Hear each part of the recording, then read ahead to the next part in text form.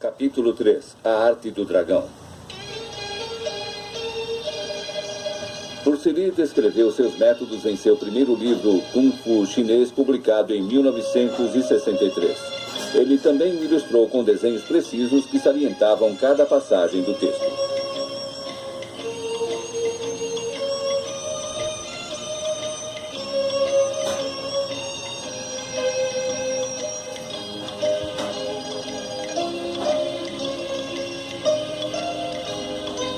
As fotografias foram tiradas no estacionamento do restaurante Ruby Charles. 2 discípulos demonstram como esses golpes funcionam na prática.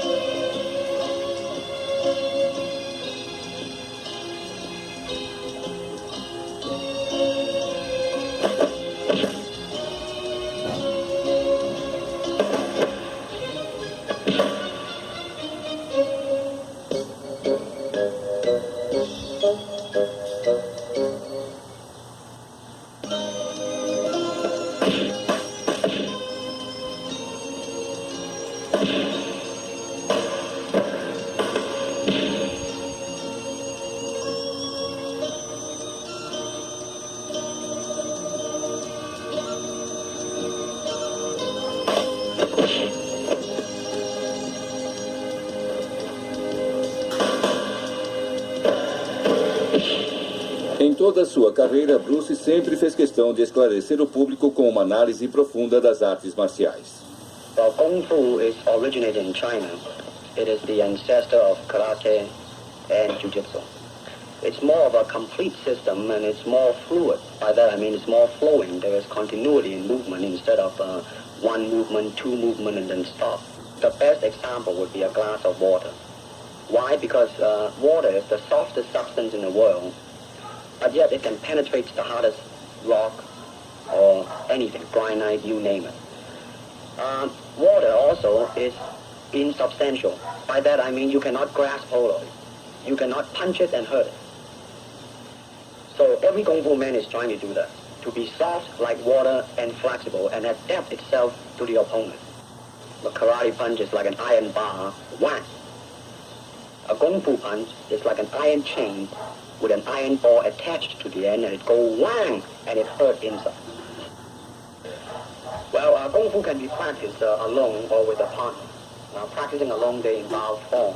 Some imitate a crane, a monkey, a praying mantis. This is a crane form. Start off.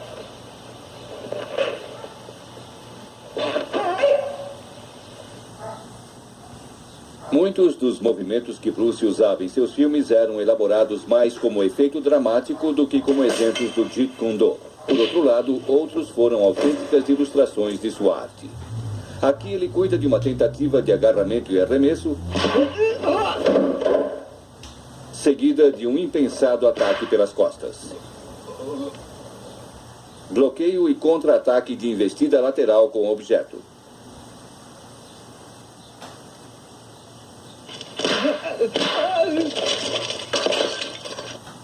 Ataque duplo com facas desarmado com o uso de uma jaqueta. Nunchaku contra a espada.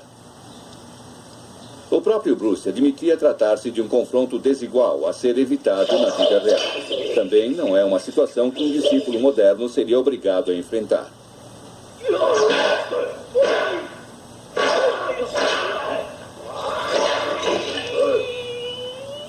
Nas mãos de um perito, o bastão de madeira pode ser uma excelente arma contra facas.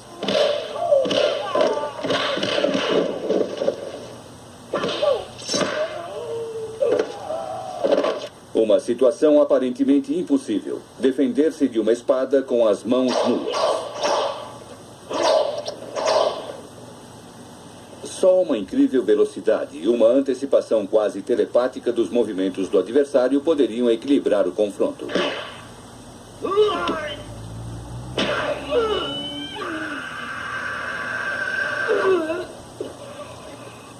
Bruce fazia questão de um rigoroso condicionamento físico. Dizia que era um dos aspectos mais negligenciados do treinamento de um atleta. Devota-se tempo exagerado para o desenvolvimento de uma habilidade e muito pouco para o desenvolvimento do indivíduo que a pratica. Como dizia Chuck Norris,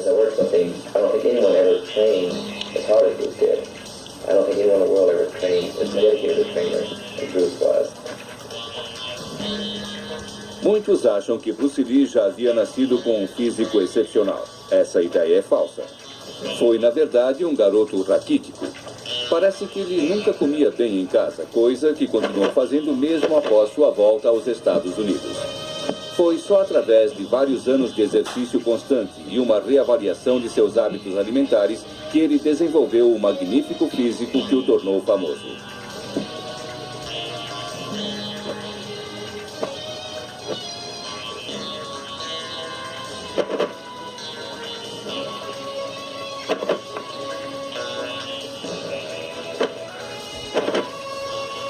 A importância do condicionamento físico para Bruce abriu os olhos dos praticantes de artes marciais.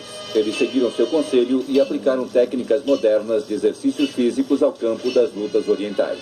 E compreenderam a filosofia de Bruce. Mesmo conhecendo todas as técnicas de combate pessoal, de nada adiantaria se o lutador não se encontrasse em plena forma física. A fama e a glória de Bruce cresceram mais e mais. Revistas inteiras foram dedicadas a um ou outro aspecto de sua vida e carreira. No mundo das artes marciais e do cinema de ação, Bruce Lee era o rei.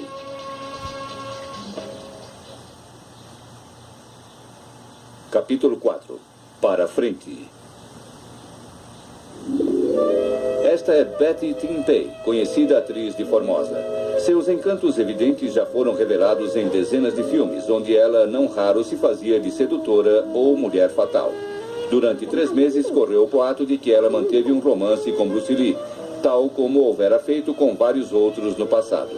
Se há alguma verdade sobre essas revelações indiscretas, só se pode mesmo especular. Mas é óbvio que um caso com Bruce Lee não seria de todo desvantajoso para uma atriz jovem e com grandes aspirações. Na tarde do dia 20 de julho de 1973, Bruce Lee foi ao apartamento de Betty Timpei. Eles iriam jantar depois com Raymond Chow, um compromisso que Bruce jamais iria cumprir. Ele foi levado ao hospital em uma ambulância. Betty telefonou a Raymond Chow dizendo que Bruce havia se deitado com dor de cabeça e que ela não conseguia levantá-lo. Chow correu ao apartamento de Betty, chamaram médicos e, por fim, uma ambulância. Bruce Lee chegou morto ao hospital Queen Elizabeth. Foi um choque para toda Hong Kong. E quando a notícia se espalhou, todos reagiram com espanto e incredulidade. No dia seguinte, milhares de pessoas encheram as ruas ao redor da agência funerária Kowloon. Várias centenas de policiais foram destacados para segurar a multidão. Ninguém queria acreditar que alguém tão jovem e em forma como Bruce Lee pudesse morrer.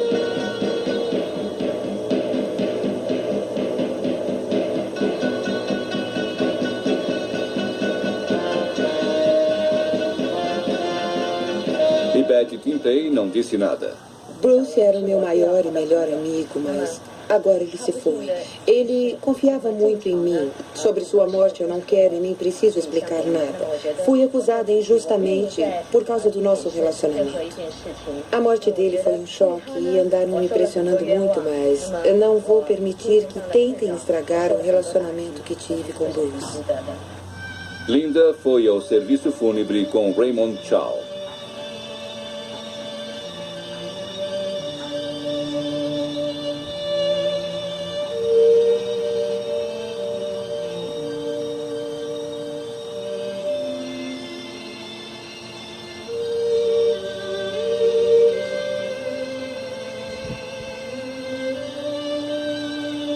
Acima de um retrato de Bruce, uma faixa dizia: "Uma estrela cai no mar da arte."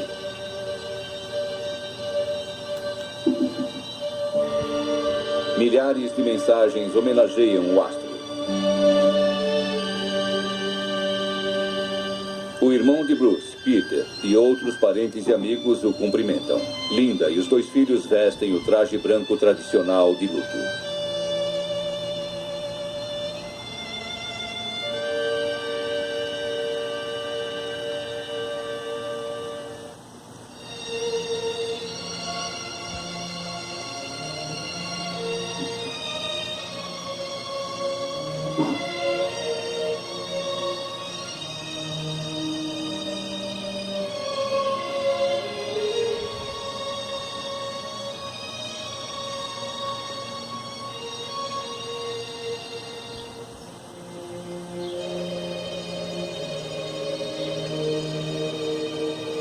Os acompanhantes passam pelo esquife aberto. Poucos conseguem conter sua dor.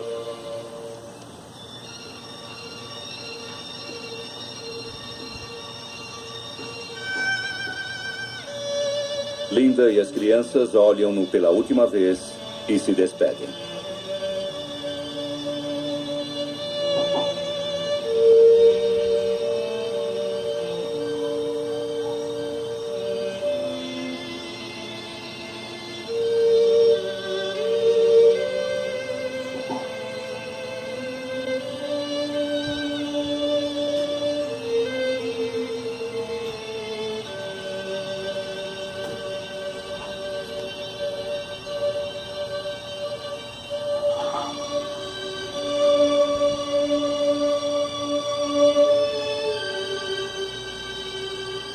A polêmica sobre a morte de Bruce Lee ainda prosseguia, mas foi apenas no aeroporto de Hong Kong, pouco antes de embarcar no avião que levaria o corpo de Bruce a Seattle, que Linda finalmente rompeu o silêncio.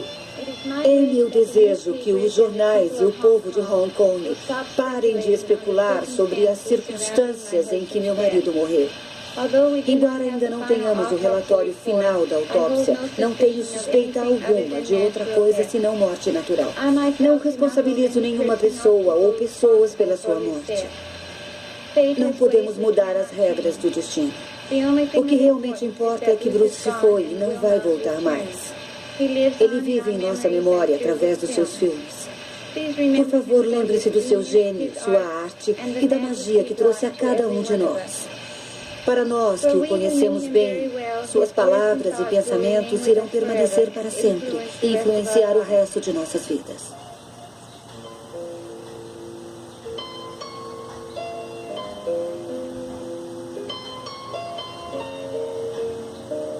Em Seattle, Linda é recebida pela família, outros parentes e amigos.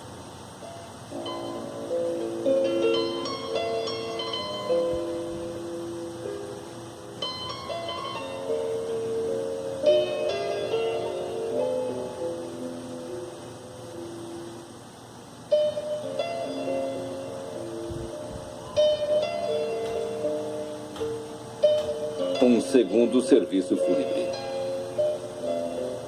Ao lado do esquife se colocou o símbolo Yin e Yang do Jeet Kune Do. Entre os vários que vieram homenageá-lo estavam amigos e colegas como Dan Inosanto, Jim Kelly, Robert Klaus e outros atores e produtores.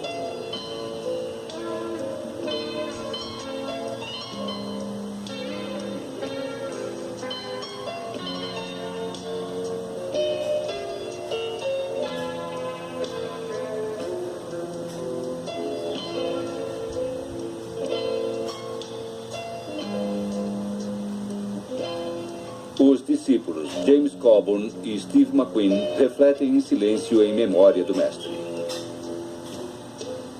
A mãe de Bruce dá um último adeus.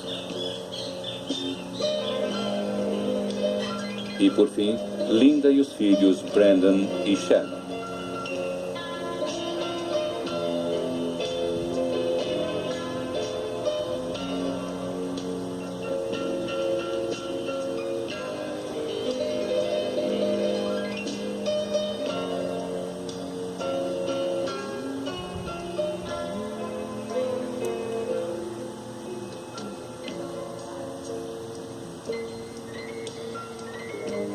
James Coburn, Steve McQueen e os demais acompanhantes jogam suas luvas brancas sobre o esquife coberto de flores.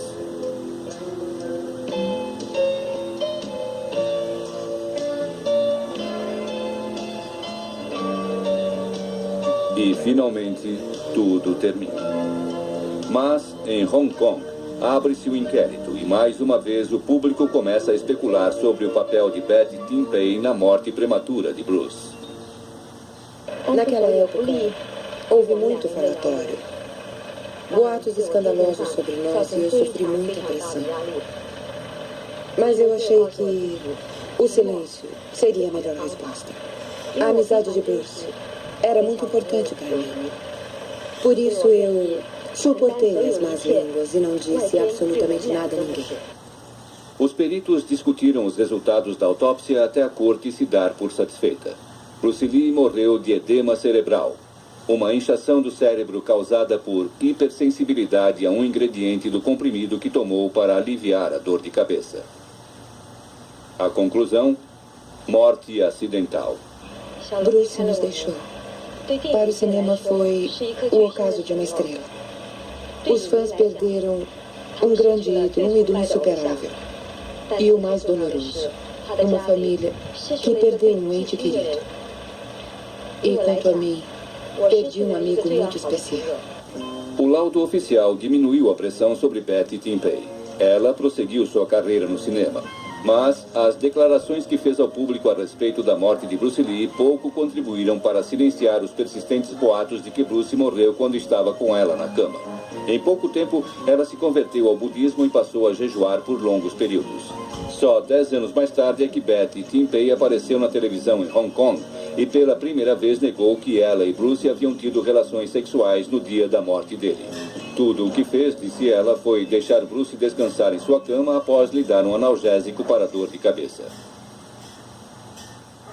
Cartas continuavam chegando de parte dos fãs bem depois da morte de Bruce.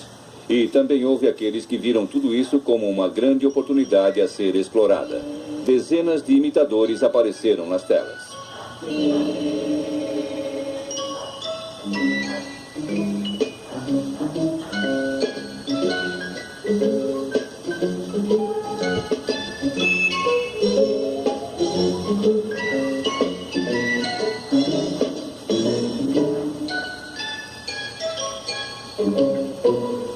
Mas houve mais um último filme autêntico de Bruce Lee. Ele já havia rodado várias cenas para O Jogo da Morte.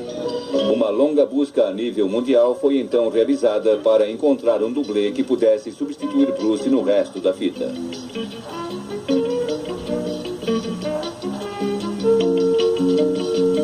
Muitos candidatos foram trazidos a Hong Kong para testes de cena.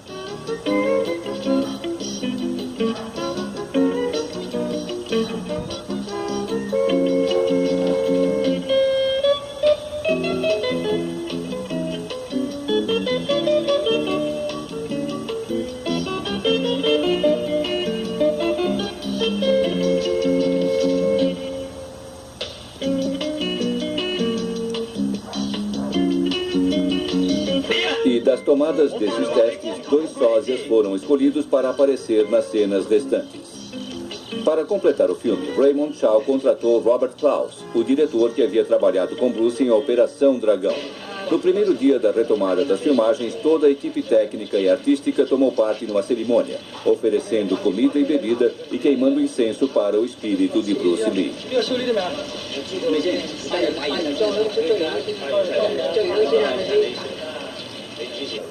Como é que se compara a Operação Dragão com o Jogo da Morte? Bom, fizemos Operação Dragão há uns 6 ou 7 anos atrás e teria sido o último filme que Bruce Lee fez até agora, não fosse O Jogo da Morte. É um filme muito grandioso, a produção é grandiosa. A maior parte do elenco principal vem dos Estados Unidos. Hugh O'Brien, Wig Young, Jim Jagger, Colin Camp e assim por diante. Eles saíram muito bem na fita. O interessante é que quase um terço do filme foi rodado Antes mesmo da morte de Bruce Lee, e ainda fica uma dúvida na cabeça de muita gente. Ele morreu mesmo? Claro, sempre fui um fã de Bruce Lee, assim como milhões de pessoas em todo o mundo. Então, fico mesmo emocionado em participar de um filme que eu considero, de certa forma, não histórico, mas para aproveitar as cenas que Bruce Lee já tinha rodado quando infelizmente morreu. A tradicional dança do leão dos chineses é um ritual que visa trazer boa sorte e afugentar os maus espíritos. Não foi surpresa que o novo roteiro do filme, profeticamente intitulado Bruce Lee no Jogo da Morte, incluísse uma cena de perseguição durante essa cerimônia. Mas nem todas as cenas de ação seriam de Kung Fu. Os melhores dublês de Hollywood foram trazidos a Hong Kong para estas cenas espetaculares.